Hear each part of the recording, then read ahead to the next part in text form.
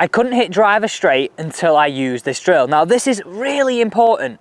Big question here on the channel, because as you know, we're powered by you. This is from AJ. He said, hey Alex, love the channel. I'm struggling with slicing my driver. I understand how to draw the driver, but it's just not working.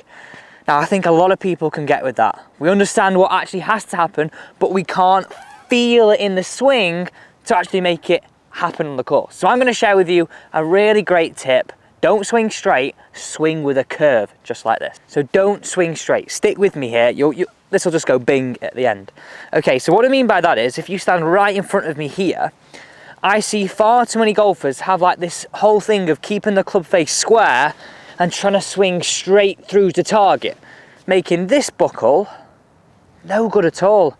In fact, it's probably going to keep your face way more open than it should be. So you're actually making that problem worse. What we want to have, and this drill is going to help you, is this look of whipping this club around this corner, just like this here. Now this is really what we're trying to achieve, isn't it? This little bit of release, just like that. Now, if you're brand new to the channel and you maybe don't understand how to hit a draw, look at the screen right here. This is the impact factors. We need to swing a little bit in to out relative to target, and have our face a little bit close. So let's set up this drill. So this is exactly how you set it up. I've just got 2 head covers. Now look at that one. I put a tweet out the other day about bucket list golf course to go and play, and I've been lucky enough to play this place, and I noticed a few guys were tweeting saying, I've been trying to get on here for 6 months. What a place. Okay, so I'm going to stand when I'm at the range. This is how I'd set it up, is get my chest straight to target, and I place my foot directly behind, as if I was going to sort of kick that ball straight there, and then going to place my first head cover just maybe like 2 or 3 fingers outside that foot. Okay, first head cover, very important. Next head cover, remember this is all about learning to curve that swing. We're going to then place the next one just inside, but very important, I've actually used this head cover for a purpose because it's a little bit longer and I can start it at the front edge of the golf ball, okay? And again, just a few fingers inside my foot. That's exactly how you're going to set it up. First thing, very important this bit, let's learn to whip the club round. I can't wait for you to get this feeling, by the way. So we've got this set up at the range. Just going to knock my ball off the tee peg, and all I'm going to try and do is just brush the top of that tee peg with some intent, but I'm just going to pause here a second. I'm going to show you this. You might want to try this bit too. What we're looking for is that action. That action. Really come close there. So if I was sort of telling you what I feel, I'd feel like I was throwing a bit of a frisbee out the back of my hand in sort of that manner, rather than trying to keep it straight. So that's called release. So have 3 practice swings, just trying to whip the top of the tee peg off. I'll do these in slow-mo right now, and you can then analyze this and maybe pause it at certain points.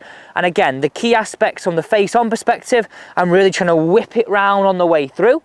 And from the down the line perspective, I'm trying to avoid the back head cover and the front head cover, really learning to curve my path a little bit to the right, so for a draw, and learn to release and whip that club through to close the face to get those perfect impact factors. Okay, we need to go into a little bit more detail here on actually what the club face is doing as I'm coming into impact to square it up.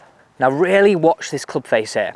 Most of us, when we're learning to square this face, we try and square it at the point of impact. Okay, now we're trying to hit the draw, so we want our face a little bit close to where we're swinging. So here we go. Let me tee that ball back up. Hopefully by now that sort of arc of the swing and that whip here is starting to feel really nice. What I would be really aware of, and when I draw the ball, I do feel as though I close that face a little bit earlier.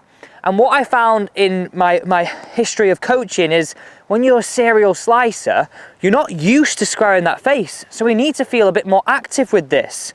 So what I want you to look at here, if I was, imagine I'd swung up, swung down, what journey have I got to make with the golf club and how could I square it?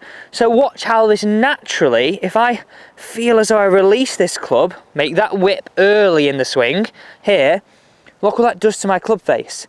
I'm not getting here square and then trying to wrap it over. I'm not doing it here like this, hitting that slice, I'm trying to feel as though I get this release from about hip height on the way down. Look at that, just like that, and then continue that whip. So we're swinging into out and we're closing the face. And remember, if you slice it, you're gonna have to feel that a little bit more. Okay, here we go. Let's hit one down the line. I want to hit them as I'm gonna hit them here though. I'm not gonna hit them full out. I'm gonna concentrate on that technique. I know this sounds crazy. Most golfers and golf YouTubers would say, hit it at 80%. No, they're wrong. I want you to learn this at 60% of your full speed, because we never swing at 80. Our 100% is 150, so 80 is just 100. So let's feel 60% swing speed here. Again, remember that whip a bit earlier and continue it on that way through. Look at the shape on that. I've actually started that a bit further right than I thought, but it's whipped round with that follow through. Don't forget to subscribe to the channel. We're powered by you, and I'm going to help you play your best golf this season.